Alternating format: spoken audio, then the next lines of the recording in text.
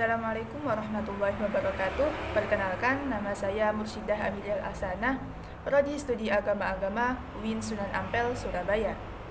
Di sini saya akan menjelaskan tentang peran teori interaksionisme simbolik dan teori konflik dalam kasus penistaan agama akun channel YouTube Sunnah Nabi.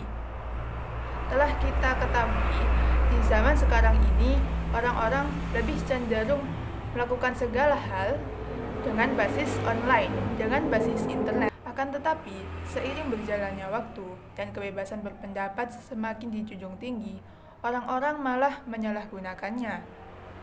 Tak jarang orang-orang yang membuat konten-konten, memberikan komentar-komentar, video-video yang di dalamnya ada unsur pelanggaran norma-norma. Seperti contohnya akun channel YouTube Sunnah Nabi.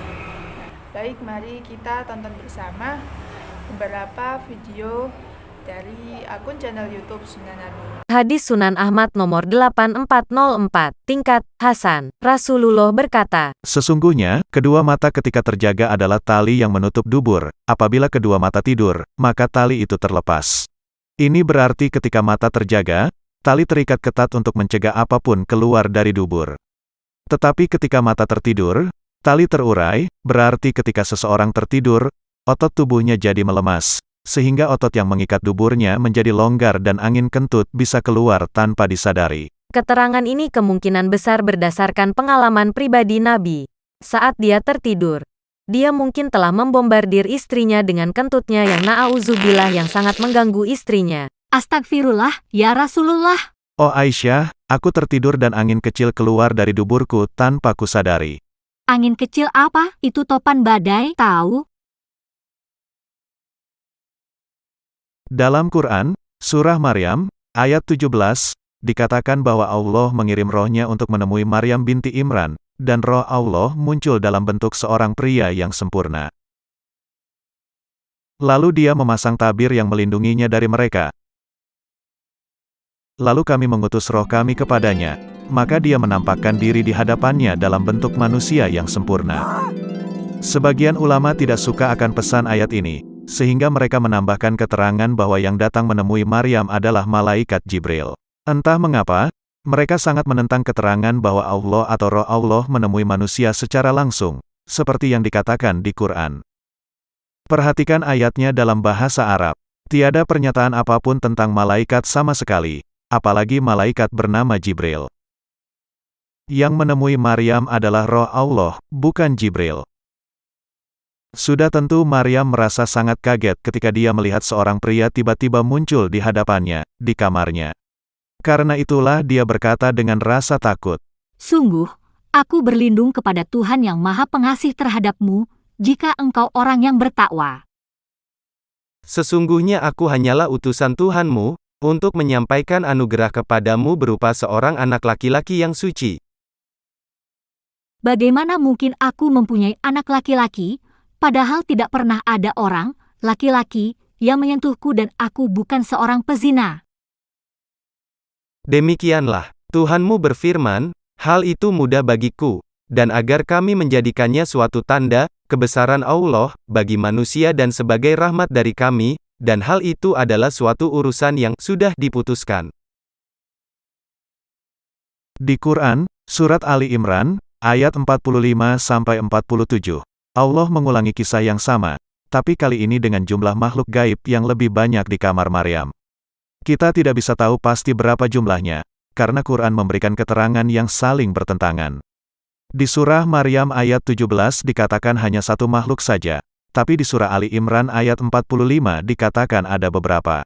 Ingatlah, ketika para malaikat berkata, Wahai Maryam, sesungguhnya Allah menyampaikan kabar gembira kepadamu tentang suatu kalimat atau firman darinya, yaitu seorang putra, namanya Al-Masih Isa putra Maryam, seorang terkemuka di dunia dan di akhirat, dan termasuk orang-orang yang didekatkan kepada Allah. Dan dia berbicara dengan manusia sewaktu dalam buayan dan ketika sudah dewasa, dan dia termasuk di antara orang-orang yang saleh. Maryam tahu pasti bahwa makhluk di hadapannya adalah Allah sendiri, sehingga dia memanggilnya sesuai dengan julukannya. Ya Tuhanku, Bagaimana mungkin aku akan mempunyai anak, padahal tidak ada seorang laki-laki pun yang menyentuhku?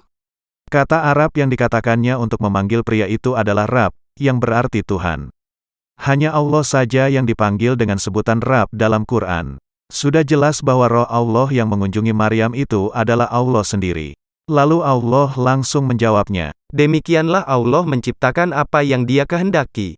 Apabila Dia hendak menetapkan sesuatu, Dia hanya berkata kepadanya, jadilah. Maka jadilah sesuatu itu. Bagaimana sih wujud rupa Allah dalam bentuk manusia? Apakah Dia memang tampak seperti pria ini? Hadits berikut menjelaskan wujud Allah sebagai manusia. Sang Nabi berkata, Aku melihat Tuhanku dalam wujud seorang pemuda, dengan rambut ikal, mengenakan baju hijau. Tingkat, Sahih, sumber pustaka, Bayan Talbis Al-Jahmiyah, Ibn Taimiyah, Jilid 7, nomor 290. Jadi jelas sudah bahwa Allah memang bisa tampak seperti pemuda ini, yang berambut ikal dan berpakaian hijau. Setelah itu, Allah membuat Maryam mengandung bayi lelaki bernama Isa. Quran, Surah Al-Anbiya, ayat 91, menjelaskan bagaimana cara Allah melakukan itu. Dan ingatlah kisah Maryam yang memelihara kehormatannya, lalu kami tiupkan roh dari kami ke dalam tubuhnya. Kami jadikan dia dan anaknya sebagai tanda kebesaran Allah bagi seluruh alam. Keterangan yang sama diulangi lagi di Quran, Surah At-Tahrim, ayat 12. Dan Maryam putri Imran yang memelihara kehormatannya, maka kami tiupkan ke dalam rahimnya sebagian dari roh ciptaan kami, dan dia membenarkan kalimat-kalimat Tuhannya dan kitab-kitabnya, dan dia termasuk orang-orang yang taat. Terjemahan dari Kemenak kurang tepat, sebab kata Arab farjaha bukanlah kehormatan, tetapi adalah alat kelamin, tepatnya adalah vagina. Nafahna fihi berarti, kami meniupkan ke dalam alat kelaminnya atau vaginanya, dan ini menjelaskan di mana tepatnya proses peniupan terjadi. Kata Arab untuk alat kelamin adalah farjaha, yang berarti vagina. Jadi Allah melakukan peniupan ke dalam vagina Maryam untuk memasukkan rohnya agar Maryam hamil. Meskipun sudah jelas begitu, banyak penulis tafsir Quran atau mufasirun yang merasa malu akan pesan Allah ini. Mereka lalu mengganti makna sebenarnya dari kata farjaha. Contoh, Al-Qurtubi mengatakan bahwa al-farj adalah saku di baju Maryam.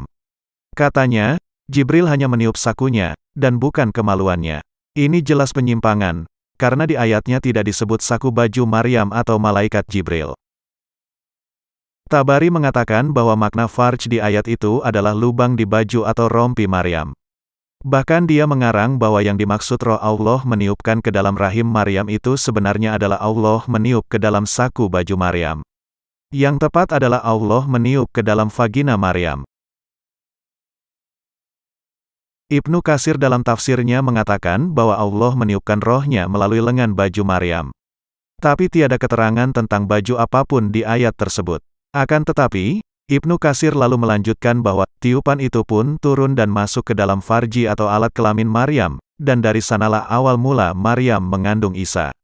Ini penjelasan yang lebih tepat dibandingkan tafsir dari Tabari atau Qurtubi. Kata farjaha di ayat itu merupakan lubang atau celah pada kemaluan atau vagina Maryam. Quran, Surat Maryam, ayat 17 mengatakan bahwa pria itu memiliki tubuh yang sempurna. Hal ini menyiratkan bahwa dia berhubungan intim dengan Maryam. Dia menghasilkan benihnya, yang dia masukkan dengan cara meniupkannya ke dalam lubang kelamin Maryam, sehingga Maryam hamil. Dengan begitu sudah jelas siapakah ayah dari Isa menurut Quran.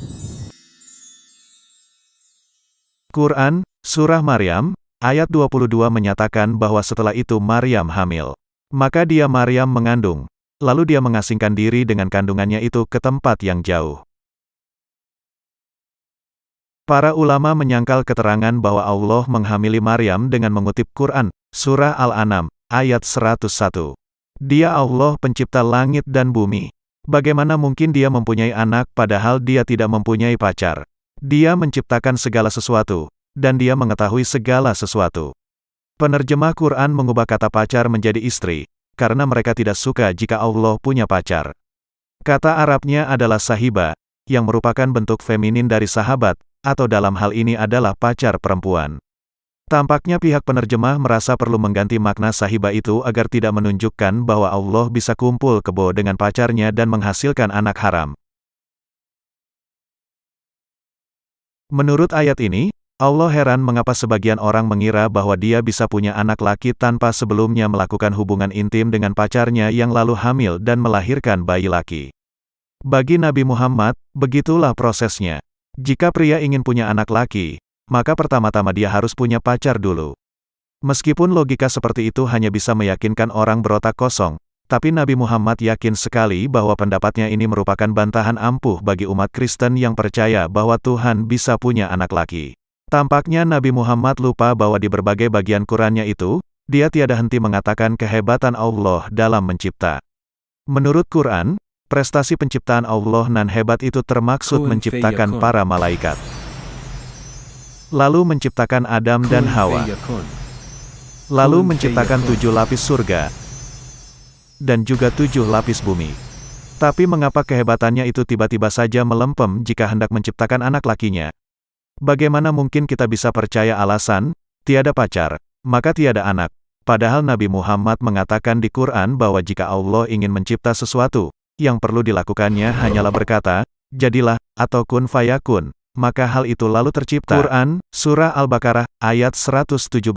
Allah pencipta langit dan bumi. Apabila dia hendak menetapkan sesuatu, dia hanya berkata kepadanya, jadilah. Maka jadilah sesuatu itu. Klaim terkenal kun fayakun, itu diulangi lagi setelah itu. Tidak hanya sekali, tapi bahkan sampai 6 kali lagi di Quran.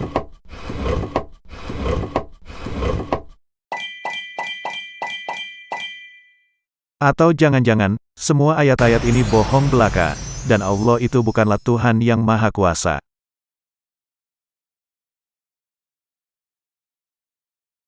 Meskipun sekarang akun channel YouTube Sunnah Nabi sudah tidak bisa diakses, video-videonya masih bisa kita lihat di YouTube, seperti contohnya yang sudah kita tonton barusan. Untuk membahas ini, saya menggunakan teori interaksionisme simbolik dan teori konflik. Teori interaksionisme simbolik adalah hubungan antara individu dengan individu lain, individu dengan kelompok, dalam kehidupan sosial yang mana memunculkan simbol-simbol dari hubungan tersebut. Kemudian yang kedua, teori konflik adalah hubungan sosial antara dua kubu atau dua individu yang saling bertolak belakang atau ada persaingan di antara mereka. Hubungan sosial antar individu atau antar kelompok dengan individu atau kelompok dengan kelompok menimbulkan simbol-simbol dan stereotip. Anggapan atau stereotip tentang agama Islam tentunya tidak jauh dengan nuansa kearab-araban. Nah, seperti yang ada di video tersebut, digambarkan animasi yang mana suasananya menunjukkan suasana bangsa Arab, suasana di Jazirah Arab. Tentunya stimulus respon dari orang-orang kebanyakan akan menggambarkan bahwa video tersebut menjelaskan tentang agama Islam. Akan tetapi, yang disampaikan, yang dijelaskan oleh akun channel YouTube Sunnah Nabi dalam video-videonya itu mengandung penistaan agama. Nah, di mana penistaan agama itu? Yaitu di mana dia menjelaskan tentang hukum-hukum, tentang syariat-syariat Islam dengan landasan Al-Quran dan hadis yang dia tafsirkan sedemikian rupa, yang dia tafsirkan secara tekstual saja. Sedangkan untuk menafsirkan Al-Quran dan hadis hanya dilakukan oleh orang-orang tertentu yang mempelajari ilmu-ilmu tertentu sebagai dasar menafsirkan Al-Quran dan hadis. Selain adanya kesalahan penafsiran dalam video-video akun channel YouTube Sunnah Nabi, juga digambarkan sosok Nabi Muhammad yang mana hal itu dilarang dalam agama Islam. Tak hanya sampai di situ saja, pembuatan animasi dan adegan-adegan yang ada dalam video tersebut juga sangat tidak senonoh dan juga tentunya melecehkan agama Islam. Dari kesalahan tersebut akan muncul praduga-praduga kepada konten kreator tersebut, yakni dugaan untuk memecah belah kerukunan antar umat beragama. Sehingga terjadilah perseteruan antara orang-orang yang pro dan kontra terhadap akun channel YouTube tersebut. Sampai-sampai Majelis Ulama Indonesia melaporkan akun channel YouTube tersebut kepada pihak berwajib seperti Kominfo dan polisi. Dari sini kita dapat mengetahui bahwa teori interaksionisme simbolik dan teori konflik dapat menjelaskan kasus ini. Demikian yang dapat saya sampaikan, kurang lebihnya mohon maaf. Wassalamualaikum warahmatullahi wabarakatuh.